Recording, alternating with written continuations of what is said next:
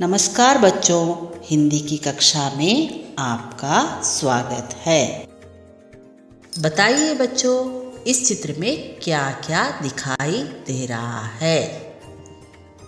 धरती का चित्र दिखाई दे रहा है। धरती का पर्यायवाची शब्द क्या है? पृथ्वी, भूमि, भू, धरा। इस चित्र में क्या दिखाई दे रहा है? इस चित्र में धरती और आंखें दिखाई दे रहे हैं। अब हम धरती की आंखें कहानी पाठ संबंधित उपग्रह की जानकारी को प्राप्त करेंगे। किसी ग्रह की परिक्रमा करने वाला आकाशीय पिंड को उपग्रह कहते हैं। उपग्रह दो प्रकार के होते हैं। पहला प्राकृतिक उपग्रह, दूसरा कृत्रिम उपग्रह। प्राकृतिक उपग्रह चंद्रमा पृथ्वी का प्राकृतिक उपग्रह है। प्राकृतिक उपग्रह या चंद्रमा ऐसी खगोलीय वस्तु को कहा जाता है जो किसी ग्रह या क्षुद्र ग्रहों अन्य वस्तुओं के इर्द गिर्द परिक्रमा करता है। जो उपग्रह बड़े होते हैं वे अपने अधिक गुरुत्वाकर्षण की वजह से अंदर खिंचकर गोल आकार के हो जाते हैं, जबकि चंद्रमा टेढ़े मेढ़े भी होते हैं। दूसरा उपग्रह कृत्रिम उपग्रह है। कृत्रिम उपग्रह मानव निर्मित ऐसे उपकरण हैं जो पृथ्वी की निश्चित कक्षा में परिक्रमा करते हैं, जैसे आर्यभट्ट, रोहिणी आदि। 4 अक्टूबर 1957 में सर्वप्रथम रूस ने कृत्रिम उपग्रह स्पुतनिक 1 को अंतरिक्ष में प्रक्षेपित किया था। भारत ने अपना पहला कृत्रिम उपग्रह 19 अप्रैल 1975 को अंतरिक्ष में प्रक्षेपित किया था। रडार यानी radio detection and ranging. Radio का मतलब है रेडियो वेव से। ये रेडियो वेव्स के जरिए हवा में उड़ने वाले विमान, नाव, मौसम आदि की जानकारी देते हैं। रेंजिंग यानी उनकी दूरी का भी पता चलता है। दूरदर्शन का प्रसारण खगोल संबंधी समाचार, मौसम का हाल, मोबाइल में जीपीएस नेविगेशन आदि कृत्रिम उपग्रह द्वारा ही संभव है। प्राकृतिक और कृत्रिम उपग्रह का अंतर ये है। प्राकृतिक अंतरिक्ष में एक खगोलीय पिंड है जो बड़े पिंड के चारों ओर परिक्रमा करता है, जैसा कि चंद्रमा पृथ्वी की चारों ओर घूमता है। कृत्रिम उपग्रह इनका उपयोग संचार प्रसारण, जासूसी, मौसम विज्ञान सहित कई अलग अलग क्षेत्रों में किया जाता है। हाँ, अब तक हमने उपग्रह के बारे में जानकारी प्राप्त की। आइए इसी से संबंधित कुछ एक प्रश्नों के उत्तर देने का प्रयास करेंगे। तूफानों के बारे में हमें कैसे पता चलता है? दूसरा प्रश्न, विज्ञान की दृष्टि से चंद्रमा कैसा उपग्रह है? तीसरा प्रश्न, आसमान में देखने पर तुम्हें क्या क्या दिखाई देता है? बच्चों, इन प्रश्नों के उत्तर लिखकर अपने अध्यापक को दिखाइए।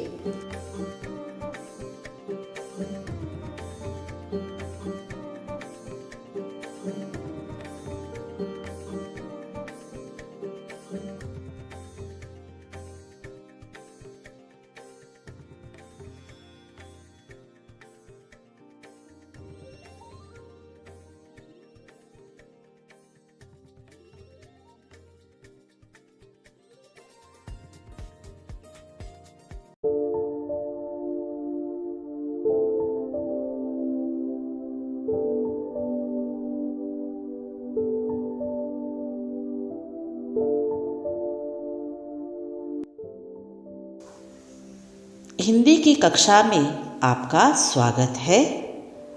इस चित्र को देखिए और उत्तर दीजिए। चित्र में क्या क्या दिखाई दे रहा है?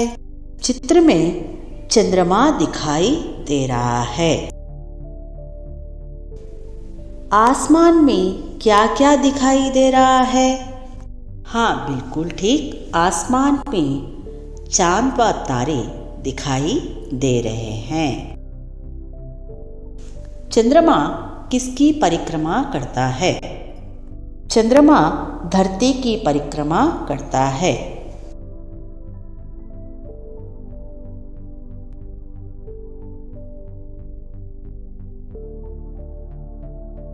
इसी संदर्भ में आइए बच्चों, अब हम धरती की आंखें नामक कहानी पाठ को पढ़ेंगे व समझेंगे। बहुत पुरानी बात है। एक राजा था। वह नित्य नए सपने देखता था। दरबार के गुणी और बुद्धिमान लोगों को सपने सुनाता था। उन्हें पूरा करवाने के लिए सहायता लेता और खजाने का मुंह खोल देता था। कार्य में सफल होने पर उन्हें सम्मानित करता तथा असफल होने पर भी उन्हें उत्साहित करता। कमियों को पूरा करके दोबारा प्रयत्न करने को प्रेरित करता था। राजा के व्यवहार से सभी खुश थे। इसी कारण राजा का राज्य दिन दूनी रात चौगुनी उन्नति कर रहा था। वाणिज्य व व्यापार बढ़ाने के लिए नाव समुद्र में हजारों मील दूर जाते व नई बस्तियां बसाते थे। इस तरह राजा का यश फैलाते थे। व्यापार बढ़ने के साथ साथ कठिनाइयां भी बढ़ गई। कभी कभी राजा का जहाज डूब जाता तो राजा को तुरंत सूचना नहीं मिलती और राजा किसी को सहायता भेजने में असमर्थ रहता। दिन बीतते गए। एक दिन राजा चांदनी रात का आनंद ले रहा था। चांद को देखकर सोचने लगा, काश मैं चांद तक पहुंच पाता। तब मैं वहां बैठकर अपने पूरे राज्य को आसानी से देख लेता। सोचते सोचते राजा को नींद आ गई। उसने एक विचित्र सपना देखा। उसने देखा कि चांद की 2 आंखें और मुंह भी था। चांद अपनी आंखों से इधर उधर देख रहा था। वह कह रहा था कि नाव जा रही है। अरे, समुद्र में तूफान आने वाला है, चिंता मत करो, मैं अभी तुम्हारी नाव को सूचित करता हूं कि वह अपना मार्ग बदल ले। चांद सभी को सावधानी व सूचना देता हुआ दिखाई दिया। राजा ने सपने में ही चांद को धन्यवाद दिया। सुबह हुई, राज दरबार लगा। राजा ने अपना सपना सुनाया। राजा ने हंसते हुए कहा कि यह सपना सपना ही रह जाएगा। वृद्ध दरबारी ने कहा कि राजा, यह सपना अवश्य सच होगा। दिन बीतते गए, ना राजा रहा ना वृद्ध दरबारी। धीरे धीरे समय बीतता गया। आखिर वह दिन आ ही गया जब राजा का सपना सच हो ही गया।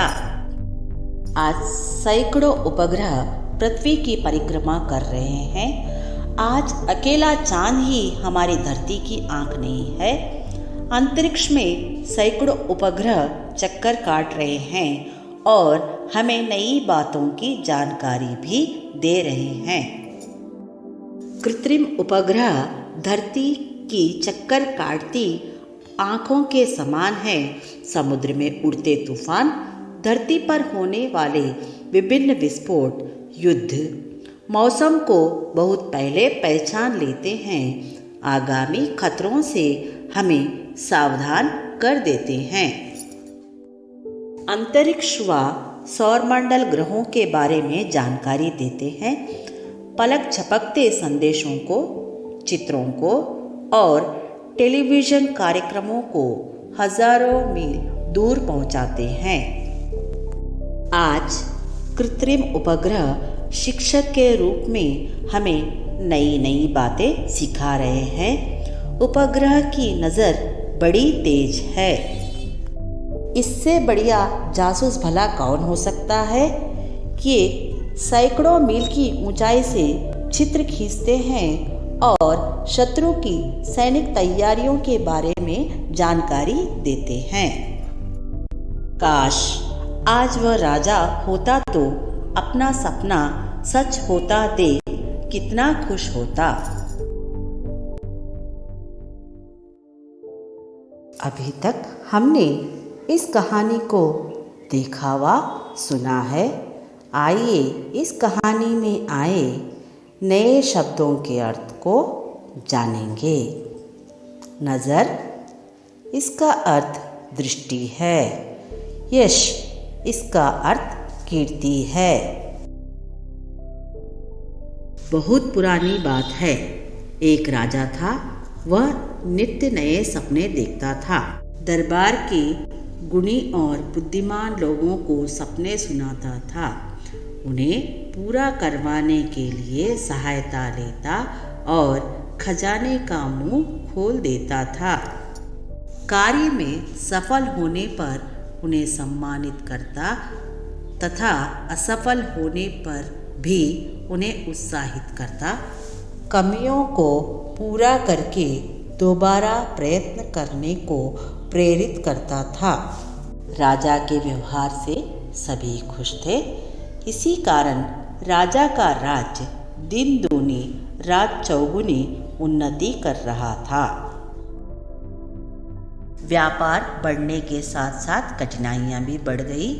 कभी कभी राजा का जहाज डूब जाता तो राजा को तुरंत सूचना नहीं मिलती और राजा किसी को सहायता भेजने में असमर्थ रहता। उसने एक विचित्र सपना देखा। चांद अपनी आंखों से इधर उधर देख रहा था। चांद सभी को सावधानी व सूचना देता हुआ दिखाई दिया। राजा ने सपने में ही चांद को धन्यवाद दिया। राजा ने अपना सपना सुनाया। राजा ने हंसते हुए कहा कि यह सपना सपना ही रह जाएगा। वृद्ध दरबारी ने कहा कि राजा, यह सपना अवश्य सच होगा। दिन बीतते गए, ना राजा रहा ना वृद्ध दरबारी। आखिर वह दिन आ ही गया जब राजा का सपना सच हो ही गया। कृत्रिम उपग्रह धरती की चक्कर काटती आँखों के समान है। समुद्र में उड़ते तूफान, धरती पर होने वाले विभिन्न विस्फोट, युद्ध, मौसम को बहुत पहले पहचान लेते हैं। आगामी खतरों से हमें सावधान कर देते हैं। आज कृत्रिम उपग्रह शिक्षक के रूप में हमें नई नई बातें सिखा रहे हैं। उपग्रह की नज़र बड़ी तेज है।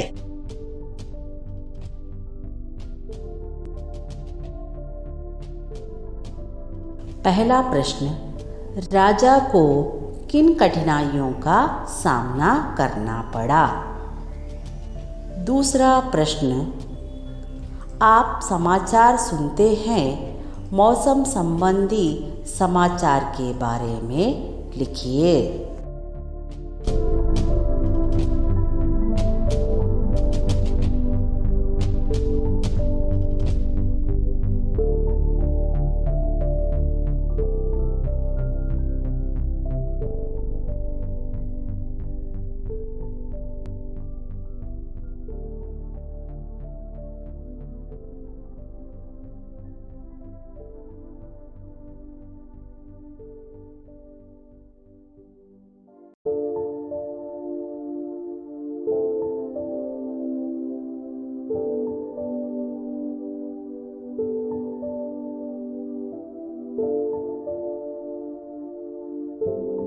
बच्चों, हिंदी के कक्षा में आपका स्वागत है।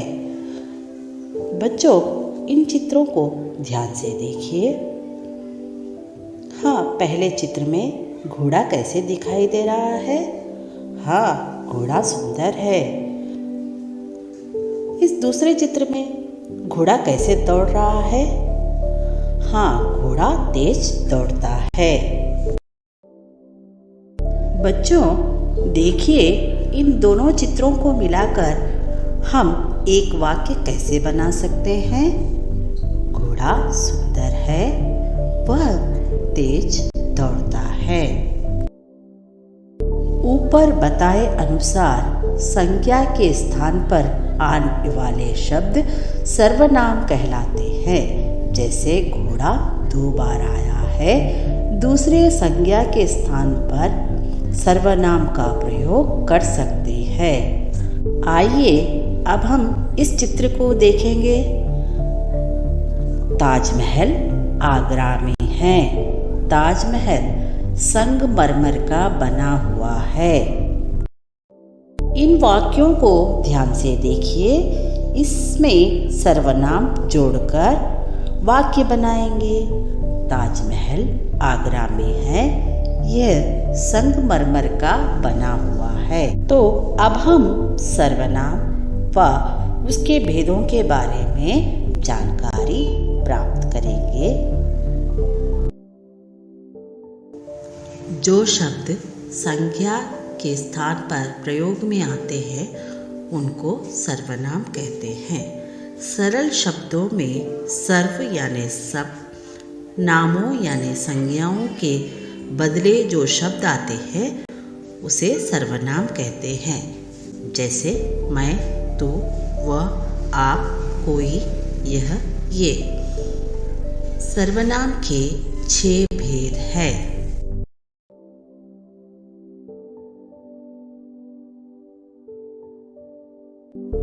पुरुषवाचक सर्वनाम इसका पहला भेद है। इस सर्वनाम का प्रयोग केवल व्यक्तियों के लिए किया जाता है। इसमें उत्तम पुरुष, मध्यम पुरुष, अन्य पुरुष। उत्तम पुरुष बात करने वाला, बोलने वाला उत्तम पुरुष कहलाता है। जैसे मैं कहता हूँ कि तुम ये काम पूरा करो। इस वाक्य में मैं उत्तम पुरुष है। हम छात्र छात्राएं कल दिल्ली जा रहे हैं। इस वाक्य में हम उत्तम पुरुष हैं।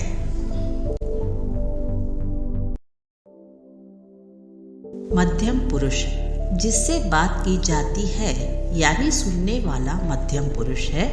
जैसे तुम ये काम पूरा करो। इस वाक्य में तुम मध्यम पुरुष है। तुम्हारा घर कहाँ है? इस वाक्य में तुम्हारा मध्यम पुरुष है। आप हमारे घर पधारिए। इस वाक्य में आप शब्द मध्यम पुरुष है। अन्य पुरुष जिससे विषय में बात की जाती है वह अन्य पुरुष में है। जैसे वह नहीं आया। इस वाक्य में वह शब्द अन्य पुरुष है। उनसे पूछो कि वे कब आ रहे हैं। इस वाक्य में उनसे शब्द अन्य पुरुष है। सर्वनाम का दूसरा भेद निश्चयवाचक सर्वनाम है। जो सर्वनाम किसी निश्चित वस्तु या व्यक्ति की ओर संकेत करते हैं वह निश्चयवाचक सर्वनाम कहलाते हैं। जैसे यह जाने वाला है, वह आने वाला है, वह बेकार चीज है, मत लो। इन वाक्यों में यह वह शब्द निश्चयवाचक सर्वनाम है। सर्वनाम का तीसरा भेद अनिश्चयवाचक सर्वनाम है। जो सर्वनाम किसी अनिश्चित वस्तु या व्यक्ति अथवा वस्तु की ओर संकेत करते हैं वह अनिश्चयवाचक सर्वनाम कहलाते हैं। जैसे कोई आया, कुछ लाया, सब चले गए, कुछ हो गया। इन वाक्यों में कोई, कुछ, सब अनिश्चयवाचक सर्वनाम है। सर्वनाम का चौथा भेद संबंध बोधक सर्वनाम है। जिस सर्वनाम से वाक्य में आए किसी संज्ञा या सर्वनाम से संबंध का बोध होता है उसे संबंध बोधक सर्वनाम कहते हैं। जैसे जो करेगा सो भरेगा, जिसकी लाठी उसकी भैंस, जो पढ़ेगा वो पास होगा। इन वाक्यों में जो, सो, जिसकी, उसकी, जो, वो ऐसे शब्द संबंध का बोध कराते हैं। सर्वनाम का पांचवा भेद प्रश्नवाचक सर्वनाम है। जो सर्वनाम प्रश्न करने के लिए प्रयोग किया जाता है उसे प्रश्नवाचक सर्वनाम कहते हैं। जैसे कौन आया, तुम क्या खरीद रहे हो, पता किससे पूछोगे, हम किस पर विश्वास करें। इन वाक्यों में कौन, क्या, किससे, किस आदि शब्द प्रश्न का संकेत देते हैं। सर्वनाम का छठा भेद निजवाचक सर्वनाम है। जो सर्वनाम शब्द अपनेपन या स्वयं अर्थ का बोध कराते हैं वो निजवाचक सर्वनाम कहलाते हैं। जैसे आप भला तो जग भला, गोपाल अपने घर गया, वो स्वयं ही आएगा। इन वाक्यों में आप, अपने, स्वयं आदि शब्द निजवाचक सर्वनाम का संकेत करते हैं। बच्चों, अब तक हमने सर्वनाम व सर्वनाम के भेदों को जाना है। इसी कड़ी में इससे संबंधित कुछ मूल्यांकन के प्रश्न दिए जा रहे हैं, उसके उत्तर लिखकर अपने अध्यापक को बताइए। पहला प्रश्न, अपने आप ये काम सीख लूँगा। इस वाक्य में निजवाचक सर्वनाम को पहचानिए। यह पुस्तक वही है जो मेरे पाठ्यक्रम में है। इस वाक्य में निश्चयवाचक सर्वनाम पहचानिए।